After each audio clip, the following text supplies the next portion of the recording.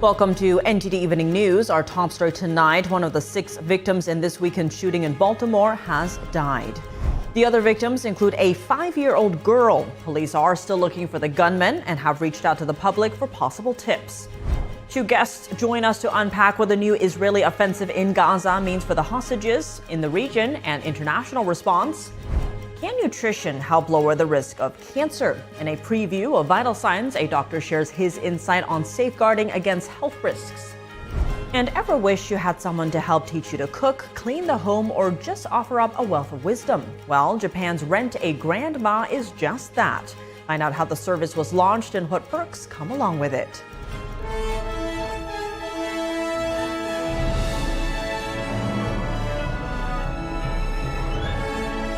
This is NTD Evening News, live from our global headquarters in New York City.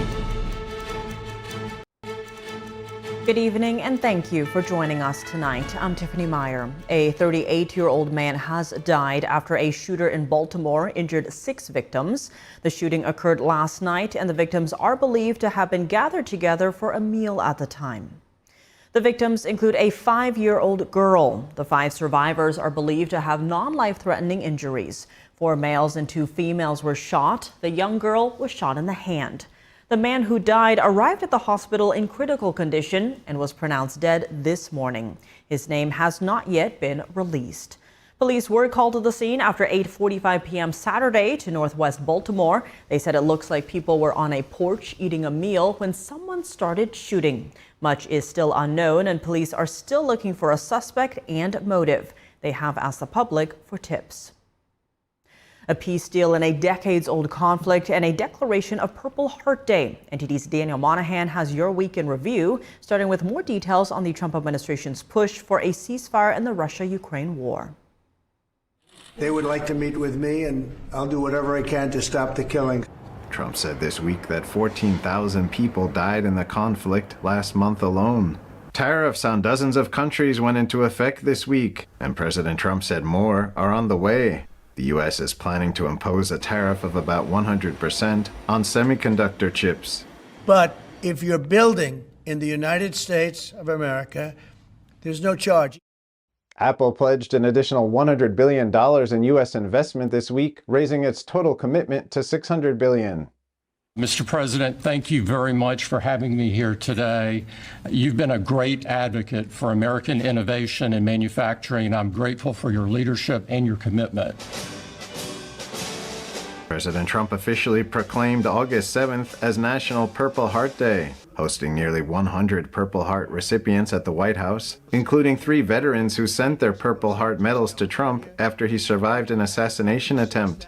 Today we give our everlasting thanks to you and your unbelievable families. Trump signed an executive order creating a task force for the 2028 Olympics in Los Angeles. No auto pen. The task force will coordinate security and streamline visa processing and credentialing. Violence in D.C. was in the spotlight this week after a 19-year-old former DOJ staff member and current Trump administration employee was attacked by a gang of 10 juveniles. A young man who was beat up by a bunch of thugs in D.C. And either they're going to straighten their act out in the terms of government and in terms of protection, or we're going to have to federalize and run it the way it's supposed to be run. D.C. United States Attorney Jeanine Pirro says she met with Trump, who wants to ensure they fight crime with a vengeance. Make sure that we protect the victims and we make the criminals accountable. And that's the mission of the U.S. Attorney's Office in D.C.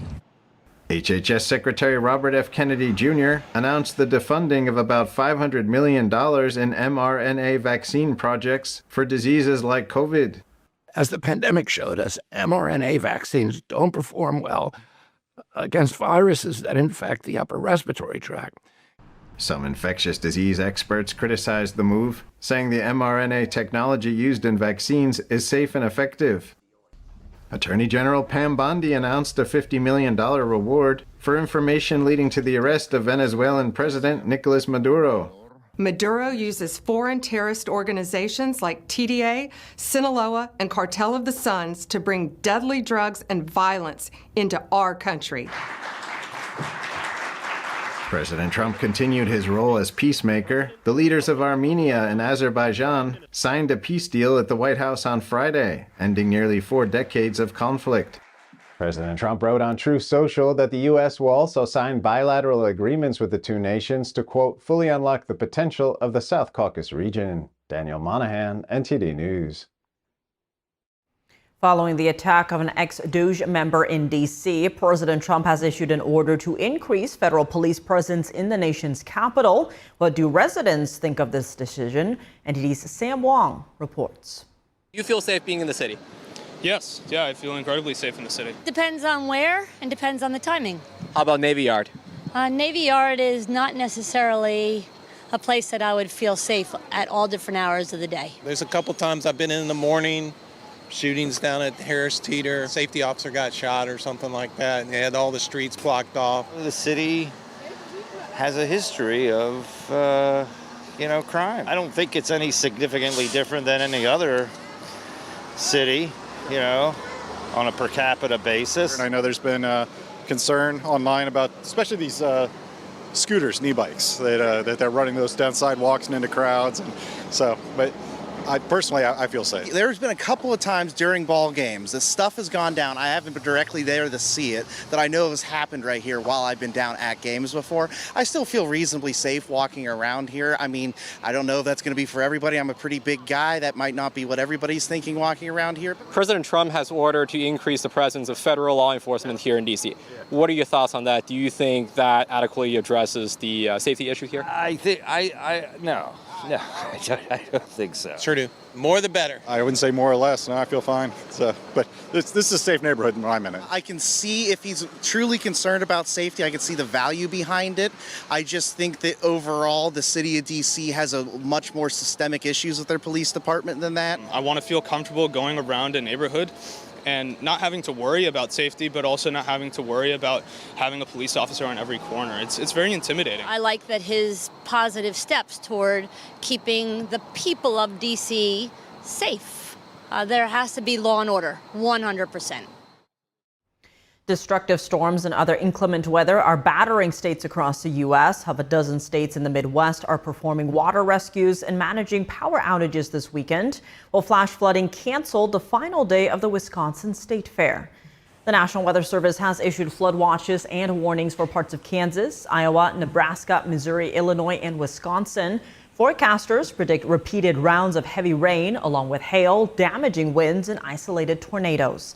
The Milwaukee area is among the worst hit, where as many as 10 inches of rain have fallen. The Milwaukee Fire Department said firefighters responded to over 600 calls, including gas leaks, electrical outages, and water rescues. Meanwhile, city crews worked overnight to clear surface water. Officials are warning people to avoid flooded areas and not to walk in standing water.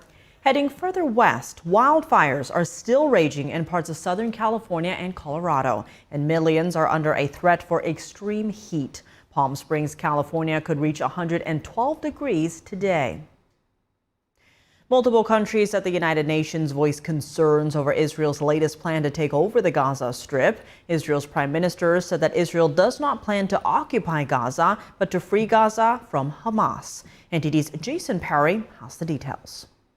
And complete the defeat of Hamas. In a press conference on Sunday, Israeli Prime Minister Benjamin Netanyahu said that Israeli forces were planning to soon dismantle the last two strongholds of Hamas in the Gaza Strip. And he laid out Israel's plans for, quote, the day after Hamas. 1, Hamas disarmed. 2nd, all hostages freed. 3rd, Gaza demilitarized. 4th, Israel has overriding security control. And 5, non-Israeli peaceful civilian administration. And he explained that the first step is to allow the civilian population to safely evacuate the combat zones. He also showed pictures that were used in the media as purported evidence that Israel was starving civilians, including a photo that was used on the front page of the New York Times. Muhammad Zakaria Ayub is suffering from a genetic illness, which you're familiar with. It's called cerebral palsy. His mother is well fed, and his brother is healthy. I'm looking right now into the possibility of a governmental suit against the New York Times because this is outrageous. Meanwhile, Germany recently said it would halt new arms exports to Israel after Israel announced plans to expand operations in the Gaza Strip. Also on Sunday at the United Nations, 5 countries, including the UK, France, Denmark, Slovenia, and Greece, condemned Israel's expansion of the war in Gaza as well. It will also worsen the already catastrophic humanitarian situation in Gaza and risks further death and mass displacement of Palestinian civilians. The 5 countries also called for the Palestinian Authority to have a central role in governing the Gaza Strip, something Israel is firmly against. The Palestinian Authority, which is the body currently governing the West Bank, has a policy in place that pays the families of terrorists who harm or kill Israelis if the terrorist is injured, killed, or detained in the process. Meanwhile, families of hostages also voiced concerns against Israel's plan to take over the Gaza Strip, saying it would endanger the lives of the remaining hostages. They called for Israeli companies to go on strike to pressure the government to reverse its decision to take over Gaza City. Jason Perry, NTD News. Coming up, the Israeli Prime Minister's announcement for an expanded military offensive in Gaza to eliminate Hamas. 2 guests join us to unpack what the new Israeli offensive means for the hostages, the region, and international response. And can nutrition help lower the risk of cancer? In this preview of Vital Signs, a doctor shares his insights on safeguarding against health risks. Details on that and more right after this quick break.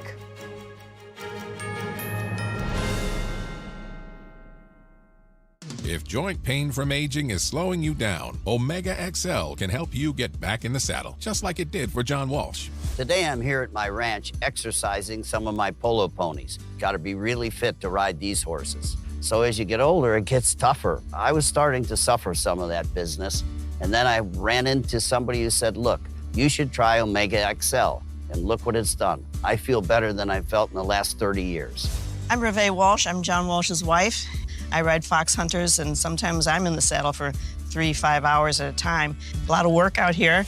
I wouldn't have been able to do this. Muck a stall, throw hay, do all the things that needs to be done on a ranch a couple years ago. But Omega XL gave me the ability to get back in the saddle. It works great. Once you try it, you don't want to be without it. Makes a huge difference. It does. Take it every single day, and you know, there's a benefit. It's made you a lot nicer to me. If you've been living with pain, it's time to get this special offer, the Omega XL, the joint health supplement that millions have trusted for more than 20 years. Omega XL, it's sourced from the green-lipped mussel, exclusively found in the pristine waters of New Zealand, some of the cleanest waters on Earth. Omega XL, it's natural, drug-free, and it's backed by more than 40 years of clinical research that show it really works. Try Omega XL today. Pick up your phone and call the number at the bottom of your screen right now for a special offer. Buy 1, get 2 free. 2 bottles of Omega XL plus Vitamin XL D3, a value of more than $100. But call today and you pay only $39.95. That's a savings of more than 60%. Plus, it's backed by our 60-day money-back guarantee. Try it. You got nothing to lose. Call or go online right now to get this special offer. 2 bottles of Omega XL plus Vitamin XL D3 for only $39.95. Call now.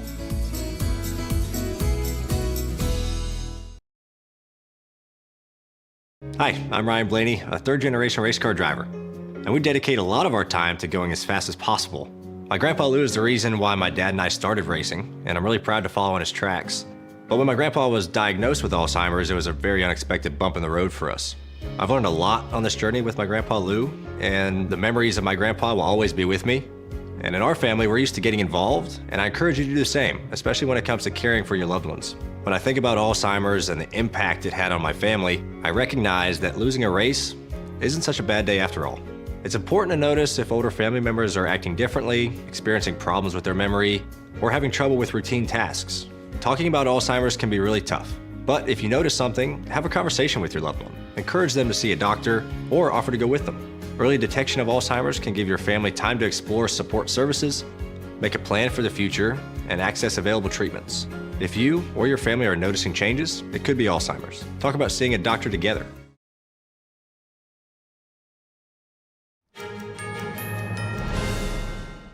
Welcome back. I'm Tiffany Meyer. Reactions are still pouring in after Israeli Prime Minister Netanyahu announced plans to take over Gaza, but stopped short of saying Israel would take full control of the Strip and in Gaza would be governed by Arab forces. The Prime Minister giving more details in two press conferences on Sunday. Joining us now to unpack all of this are two guests, Michael Bregent, Middle East expert and former intelligence officer, as well as Rabbi Yaakov Menken, Managing Director at the Coalition for Jewish Values. Thank you both so much for being here. Now, the Prime Minister said in a press conference today that creative ways to free the remaining hostages in Gaza are under discussion while the military zeroes in on Hamas. Michael, how do you see Israel going in militarily after Hamas while ensuring the safety of the remaining hostages? Well, that's a calculation the Israeli Defense Forces will have to consider with each military operation. We do know in the past, as they got close to capturing key Hamas leaders, hostages were executed because they used them as human shields inside the tunnel complexes. Anywhere a Hamas leader is hiding, there are also hostages. So the IDF, the Mossad, the intel security apparatus is fully aware of that. But, this is ongoing. This is almost 2 years now. Netanyahu has to do something. It's time to move in there and defeat Hamas.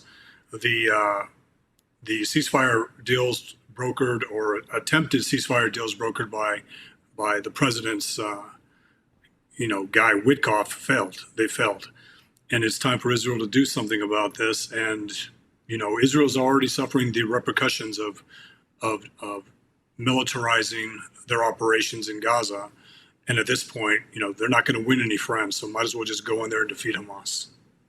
And Rabbi, Netanyahu also emphasized today the need to implement a new education system in the Gaza Strip that doesn't advocate for the destruction of Israel. Talk to us about the ideological angle here. How important is that going forward? Well, it's very similar, actually, to the denazification of Germany. It's actually much more severe than just preaching the destruction of Israel. Children in Gaza are, quote unquote, educated in schools, really indoctrinated to hate Jews in particular, to look forward not only to the destruction of the state of Israel, but to the murder of every Jew.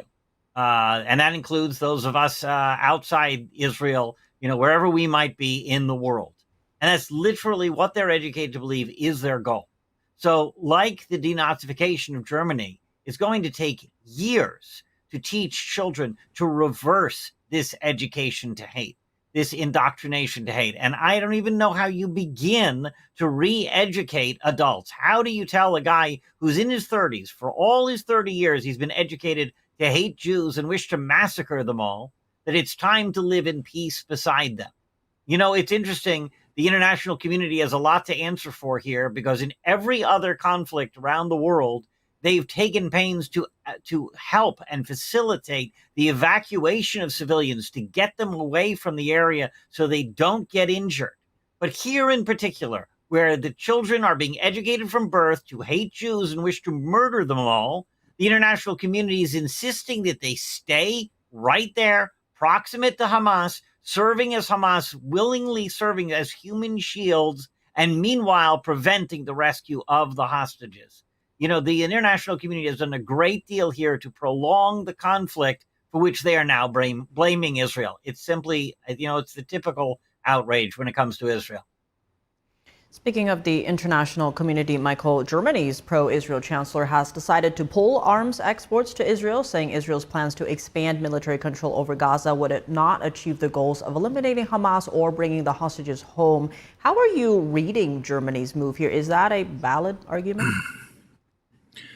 These attempts to put pressure on Israel not to go after Hamas. Israel has started operations and stopped operations based on the request of whether it be the President of the United States or the international community, in hopes of somehow getting the international community to see what Israel is seeing, see that Hamas is a terrorist organization, is the enemy, that if they simply release the hostages, Israel would stop. But of course, Hamas's leverage is the hostages. And to the rabbi's point, Hamas also needs dead civilians. They also need the civilian population held captive, so that they can continue to increase the sympathies in the international community that Israel is killing civilians. So it's what is Israel supposed to do at this point? What the German chancellor is not telling you that as soon as those weapon transfers stop, Israeli intelligence sharing with Germany stops, and that is big leverage that Israel has, telling Germany what threats they have inside of their country, based on the broad reach of the intelligence, security, and intelligence apparatus, the Israeli intelligence and security apparatus. And Rabbi, looking ahead here, reports say this new Israeli offensive could take several months. Now, let's say Israel does eliminate Hamas. How would Israel know which Arab forces to trust to oversee Gaza? What might this process look like? That's an international relations speculation, which is really a difficult question, because you look at most of the Arab governments surrounding, they're also totalitarian dictatorships. They're just the dictators who are a little bit nicer and the dictators who are a little bit more intransigent. So, the Abraham Accords was an arrangement between a democracy and the Kingdom of Bahrain and the rulers of the UAE. That's a very different form of government.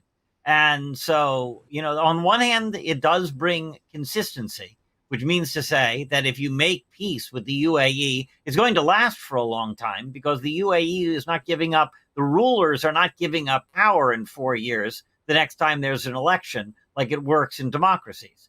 So there is that advantage. And I suspect that the Israelis are just going to have to choose which of those partners, which are the beneficent dictators, rather than the ones you don't want to deal with and the ones that support terror on the side.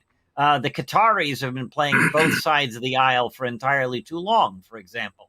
But you've got forces like the UAE, Bahrain, etc., which would be able to bring in rulership, bring in stability, bring in government, and hopefully not bring in terrorism.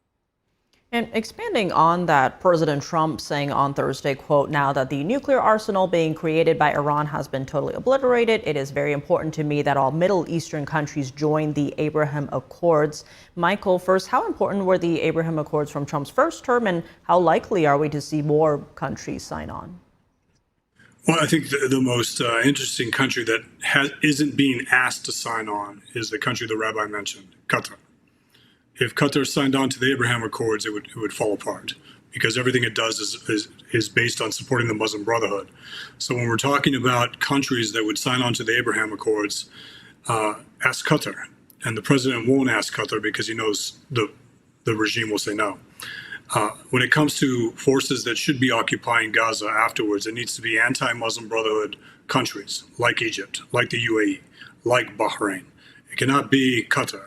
It cannot be, I would say, some of the other countries that they just tend to not really care about sacrificing, putting their skin in the game when it comes to security.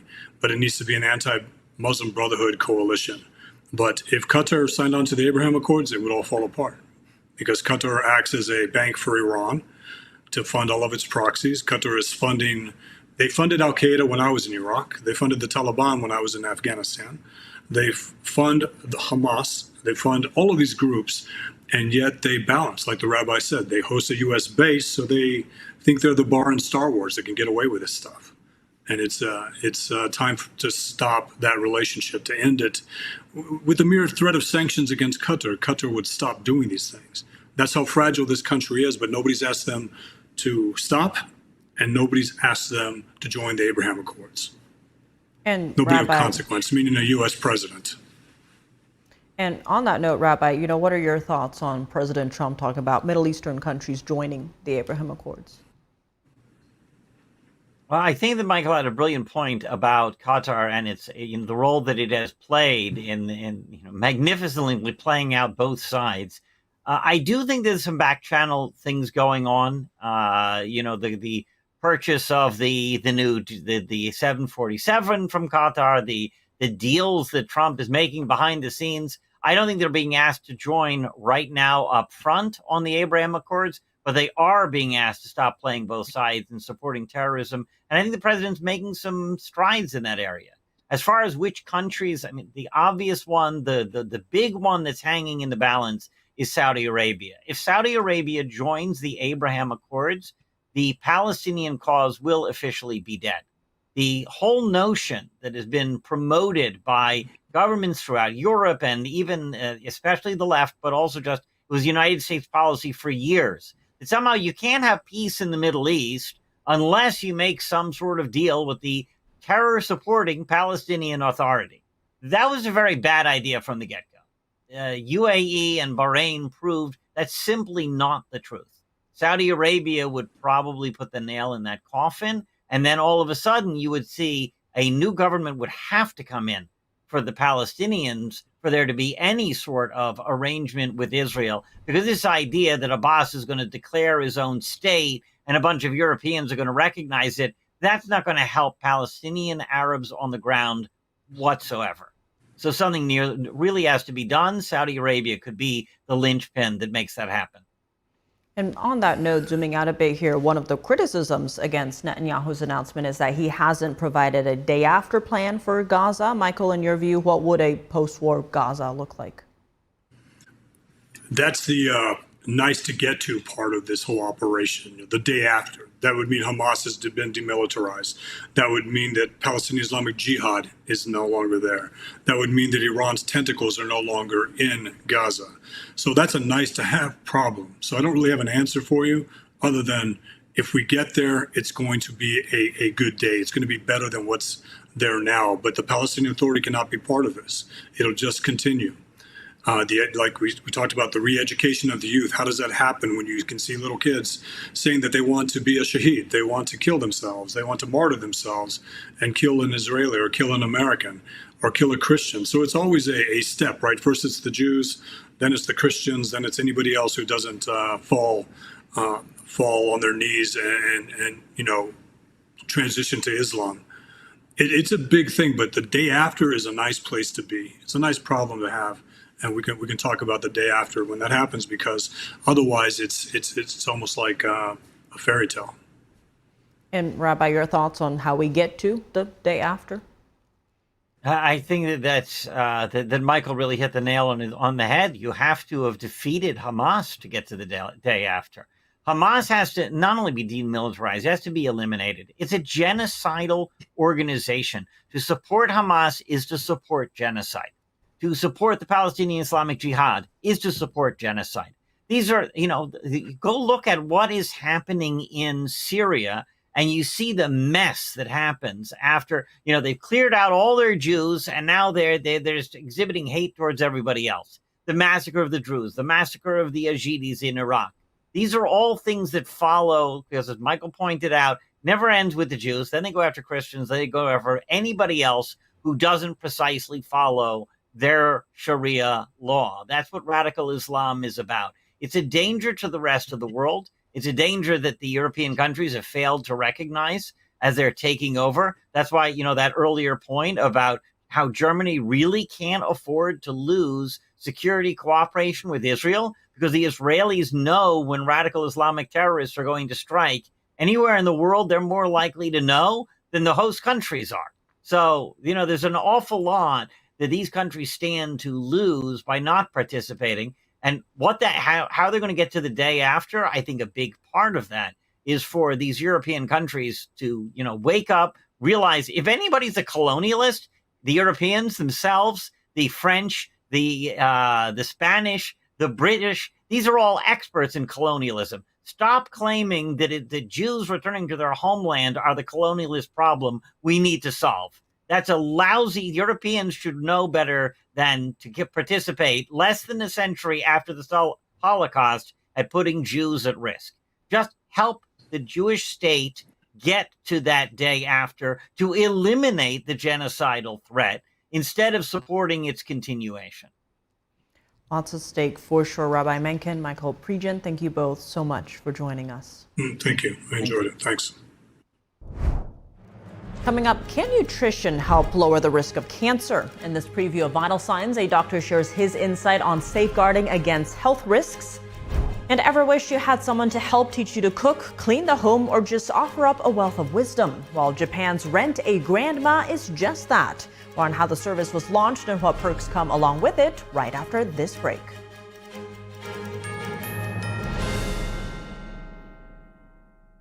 Every day, thousands of kids start vaping.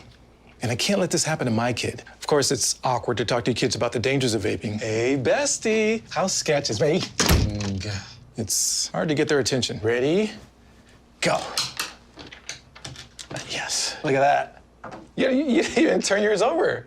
So if you want to talk to your kids about the dangers of vaping, you have to get it trending. Right, Backpack Kid? Let's do it. First, invite your kid to do the vape talk. Let's try this. All right. Why is he here? Yeah, I gotta get it trending, honey. Come on. To the left. To the right. Let's go.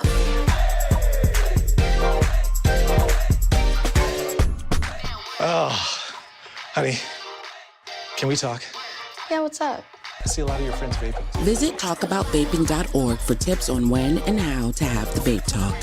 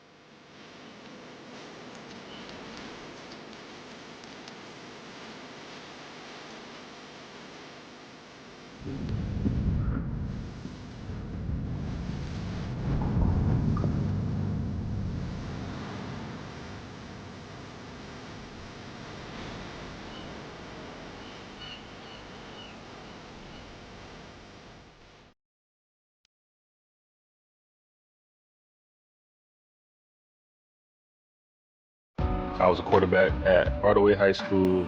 College first-round draft pick, on and off the field. We were taught to not show any signs of weakness. During the football season, I would stop eating. But I didn't know I was depressed. I thought that something was wrong with me. For 20 plus years was physical. We didn't have any education behind what mental health was. I started to learn it starts here first. If this is together, I'll be better as a father, as a man, and as a husband. Put the importance on your mental health. I'm not scared to talk about it anymore. The first tool is therapy. The second one is positive self-talk. And then journaling, putting your thoughts on paper. We have to redefine what being a strong man is and heal, love your mind.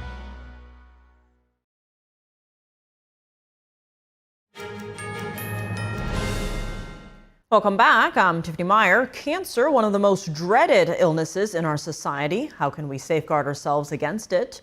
Dr. Dwight McKee, a board-certified expert in oncology, hematology, and integrative medicine, joined Vital Signs' Brendan Fallon to offer insights into the role of nutrition in fighting cancer. The phenomena of cancer is ingrained in our culture, so much so that movies and television series are embedded in that experience. I'm sorry. I think I was next in line. Listen, I'm a little pressed for time. Do you mind if I just pay for my stuff real quick and be on my way? I'm a little pressed for time, too. I have cancer. And maybe it's in that they connect with our fear and even fantasy on the topic that those productions often enjoy soaring success. We had a good run. But taking our cultural idea of cancer, which includes how we get it, how we survive it, and what our chances are of surviving it, just how complete is that picture? Well, no matter what, I guarantee in listening to today's guest that that picture for you will broaden. His successes in treating cancer patients lie at the intersect of holistic medicine and conventional medicine to include nutrition, repurposed medicines, and mind-body approaches. What roles do nutrient deficiency, nutrient excess, like having too much copper, and our own fear play in cancer? And what tried and tested methods have turned them around? Welcome to Vital Signs, where we learn how to get healthier from all angles, from the biochemical and nutritional to the things we do that nourish our minds and our souls. I'm Brendan Fallon. Dr. McKee, welcome back to Vital Signs. Thank you, Brendan. Great to be here again. I know that over your decades of treating cancer, you've applied a diverse array of different treatments that would come under the banner of functional medicine, integrative medicine, and we're going to look at different aspects of that today. To start with, cancer is such an ominous, foreboding phenomenon. How could something so simple as a supplement, basically replenishing nutrients to the body, really have effectiveness against that? So the reason that it's so important to get organically grown food or grow it yourself or get it from, a local farmer's market where they're composting the soil, even with the best quality foods today, the soil of the earth has been subjected to many things that have caused toxins to be in the soil and have also depleted nutrients from the soil. And since World War II, there's been a move away from composting and the introduction of what we call NPK fertilizer, which stands for nitrogen, potassium, and phosphorus. And that actually came from, there was a lot of leftover explosive materials which contain several of those minerals, nitrogen, potassium, and phosphorus, and they were repurposed for fertilizing. So those three minerals are required for plants to grow. But over time, the trace minerals, which we know to be important in many aspects of health, but specifically cancer prevention, such as selenium and chromium and zinc and copper, all the trace minerals, silicon, molybdenum, manganese, these have all been depleted from the soil because they're just putting these three minerals in. Now, food that is grown the old way, 100 years ago, there was no such thing as organic food. All food was organic. It was all grown with composting. And there were no pesticides. There were no fungicides. There was not mega crops. My grandfather was a farmer in Ohio, and he had 100 acres. And he was growing monoculture corn, but he was still getting manure from slaughterhouses and spreading that on his fields, in addition to starting to use the new fertilizers that were coming in. But things have changed so dramatically, and this is a very complex web of toxicity, and the loss of micronutrients from the diet magnifies the toxicity. Dr. Bruce Ames has done a lot of research. One of the things that he showed is that when micronutrients are in short supply, it dramatically enhances the toxicity of the environmental contaminants. Just nutritional deficiencies of micronutrients, these are not the big ones like potassium and magnesium. These are the little ones like chromium and selenium and molybdenum, manganese, zinc, copper. When these are in short supply, mutations occur in DNA spontaneously, very similar to being exposed to radiation. So we're more susceptible to environmental toxins if we're low on these nutrients. We're more vulnerable to environmental toxins.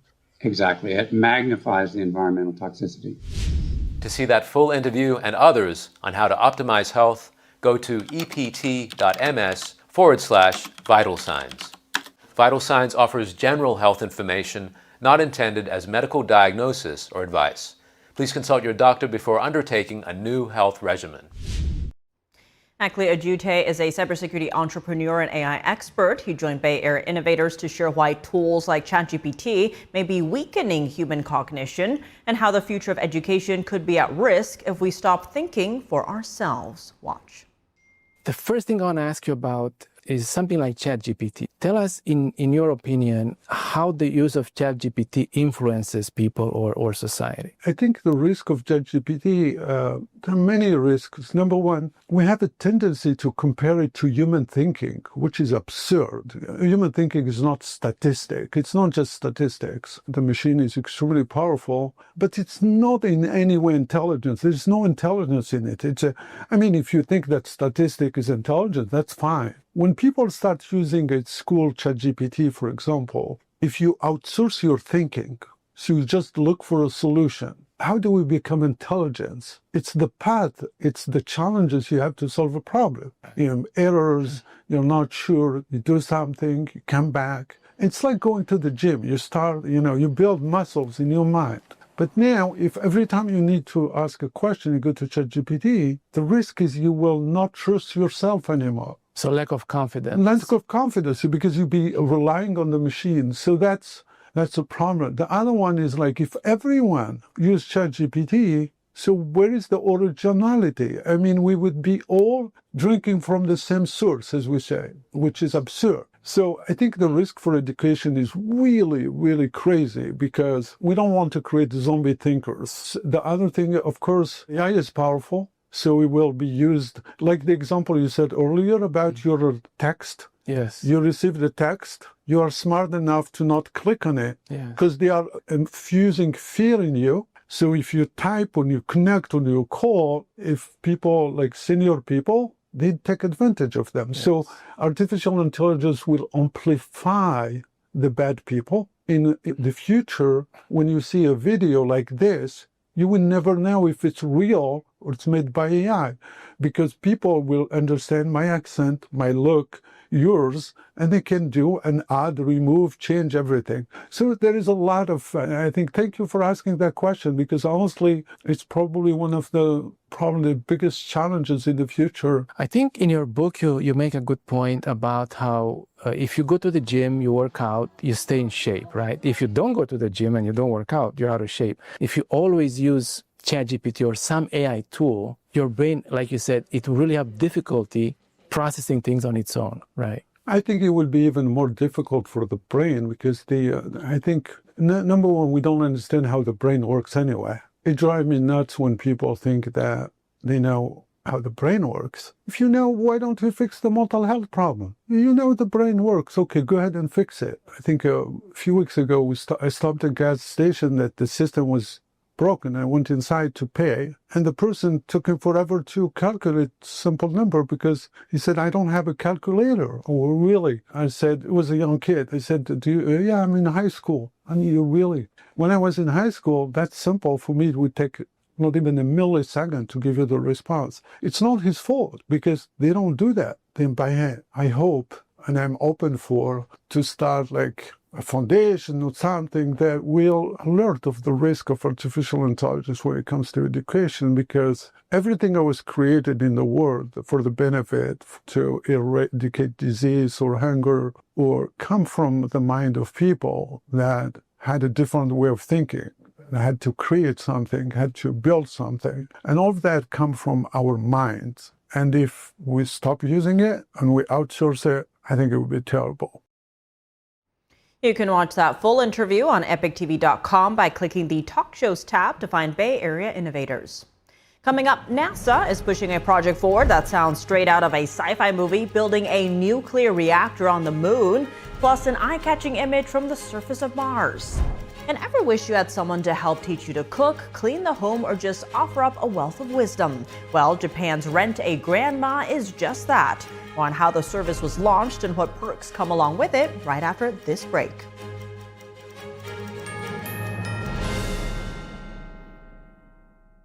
Amazing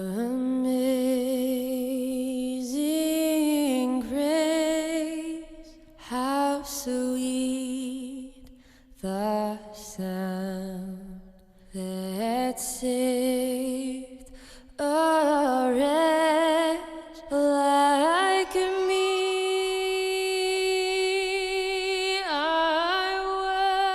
They're just young people, hungry, homeless, and vulnerable. Covenant House is helping young adults facing homelessness. We're providing safe shelter to thousands, but the need is overwhelming.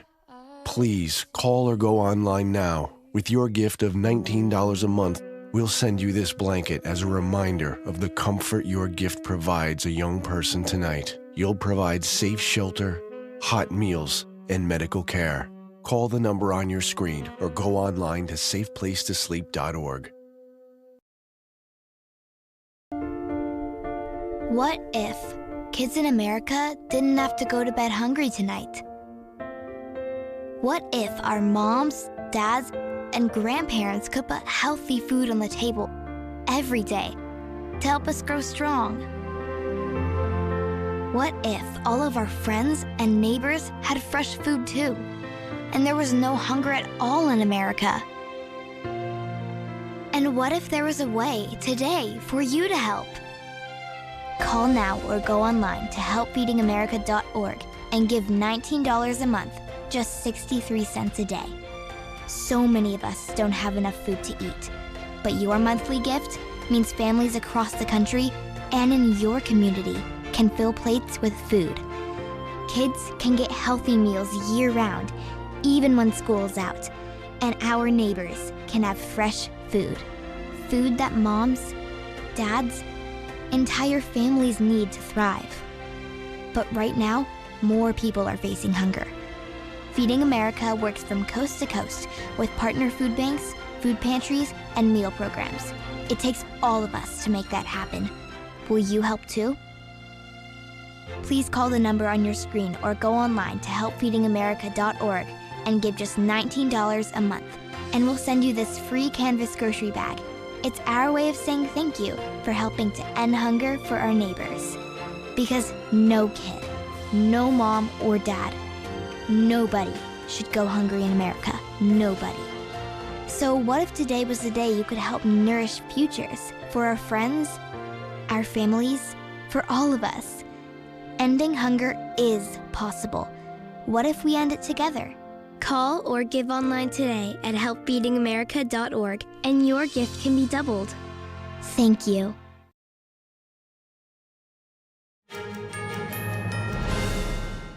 Welcome back. I'm Tiffany Meyer. A NASA project straight out of sci-fi. Plans to build a nuclear reactor on the moon are in full swing, and it's set to happen within the next 5 years.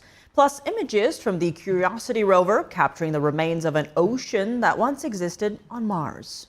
But we are in the race. We're in a race to the moon, in a race with China to the moon. And to have a base on the moon, we need energy. But again, energy is important. And if we're going to be able to sustain life on the moon to then go to Mars, this technology is critically important. Transportation Secretary and interim NASA Chief Sean Duffy is expanding a plan to power a future base on the moon. The goal is to build a 100-kilowatt nuclear reactor on the lunar surface. It's an upgrade from an earlier planned reactor, but still would only generate enough electricity to power about 3 average-sized American homes per day. Duffy says lunar fission power is critical for building a future human presence on the moon and eventually missions to Mars. The development comes as the U.S. competes with China and Russia in space. Those two countries are working together on a similar moon reactor and could block U.S. access to more favorable areas of the moon with a keep-out zone. In other news, we just got back new images from Mars taken by NASA's Curiosity rover, and in them a rock that looks remarkably similar to a piece of coral. It was found inside a Martian crater in July. Coral-shaped rocks on Mars first began forming billions of years ago when the red planet still had water. The Man of Steel is back. One of the actors that played the iconic Superman says he wants to join the U.S. Immigration and Customs Enforcement Agency. Dean Cain portrayed the Man of Steel in the 1990s TV show Lois Clark, The New Adventures of Superman. In an interview with Fox News Wednesday, he revealed he decided to join the agency after sharing one of its recruitment videos on social media. Cain said he's a sworn deputy sheriff and a reserve police officer. In an interview with Fox News, Cain said he's already spoken to officials. The Department of Homeland Security's spokesperson, Tricia McLaughlin, said that Cain can be sworn in as honorary ICE officer in the coming month. Cain described the nation's immigration system as broken, adding that he's going to do his part until Congress can fix it. He also posted a video to his social media accounts earlier this week, encouraging others to join the agency. A comedy sequel and a mystery thriller took on the reigning champ at the weekend box office. Here are the details on early estimates for the top 5 films in theaters. That was awesome. The Naked Gun fell to 5th place in its second weekend, grossing $8.4 million. Not everyone believes it, but The Bad Guys went good. The Bad Guys 2 took 4th place, earning $10.4 million in its sophomore weekend. Please welcome the Fantastic Four. After 2 weekends on top, the Fantastic Four First Steps fell to 3rd. $15.5 million gave the superhero flick a domestic total of $230 million. So if you're me and I'm you, then who is that? I'm Grandma, sweetheart. A solid start for Freakier Friday. The body swap comedy sequel opened in 2nd place with $29 million. A lot of people die in a lot of really weird ways in this story. Weapons is the top new movie in theaters. The mystery horror thriller debuted with $42.5 million, more than it reportedly cost to make. The California Art Club's annual show highlights classical fine art and its lasting impact. Artists from across the globe share their passion for traditional fine art. NTD's Christina Corona tells us more. We're here in the city of Torrance at the VIFA Gallery, where the California Art Club is hosting their 114th annual gold medal exhibition, showcasing nearly 190 works of traditional fine art. Let's take a look and see what this iconic showcase means to some of the artists. Founded in 1909, the California Art Club has spent 116 years training artists in the classical style, preserving traditional arts and time-honored skills. And the California Art Club was founded by the artists who were trained in Europe, mainly in Paris at the Academy and Julian Academy, and also Beaux-Arts. So we specialize in preserving traditional fine art skills in painting, drawing, and sculpting. The subject matter varies. California Art Club CEO Elaine Adams says each work is deeply personal, reflecting the artist's lives, surroundings, and passions. Culver City artist Alexi Steele showcased a 10-year masterpiece, a large-scale portrait of his local city hero. The work expands his Love My Neighbor project, celebrating universally beloved neighbors as modern-day heroes. And what is the true, to me, pure human aspect is these people who can impact people around them, who could build communities, who are building society. So my real world neighbor, Duke Gibbons, turned out to be exactly that, an amazing person, an artist, a tremendously important photographer. Irvine Museum Award winner Richard Humphrey shared the inspiration behind his Smuggler's Cove painting. The painting was really just kind of a revisiting of that wonderful experience as a child when we would, be walking down these hot, dusty trails with the sun or the heat radiating up from the ground, and you'd see that water out there and couldn't wait to get down onto the shoreline and dive into the water. Humphrey says many of his works reflect a lifelong connection to the Palos Verdes Peninsula. He often paints on location, using photos and sketches to finish in his studio, a process that takes about 2 months. And what does traditional and realist art mean to these artists? Traditional art to me is so important because it's able to convey stories and it's able to convey feelings. Unfortunately, modern art, most of it, can't really tell a story. It's the art that is handmade. It has a vision. It has a sense to it. It has a story behind it. It's something that you can look at over and over and over and find new things each time. I guess I would call it representational because first, it's actually seeing something that you can understand. From timeless techniques to fresh perspectives, the 114th annual Gold Medal exhibition celebrates the enduring beauty of traditional fine art. Christina Corona, NTD News.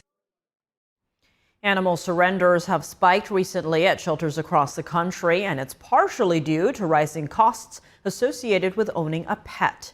But there are ways to help. Let's take a look at a few ways to lower your pet care costs.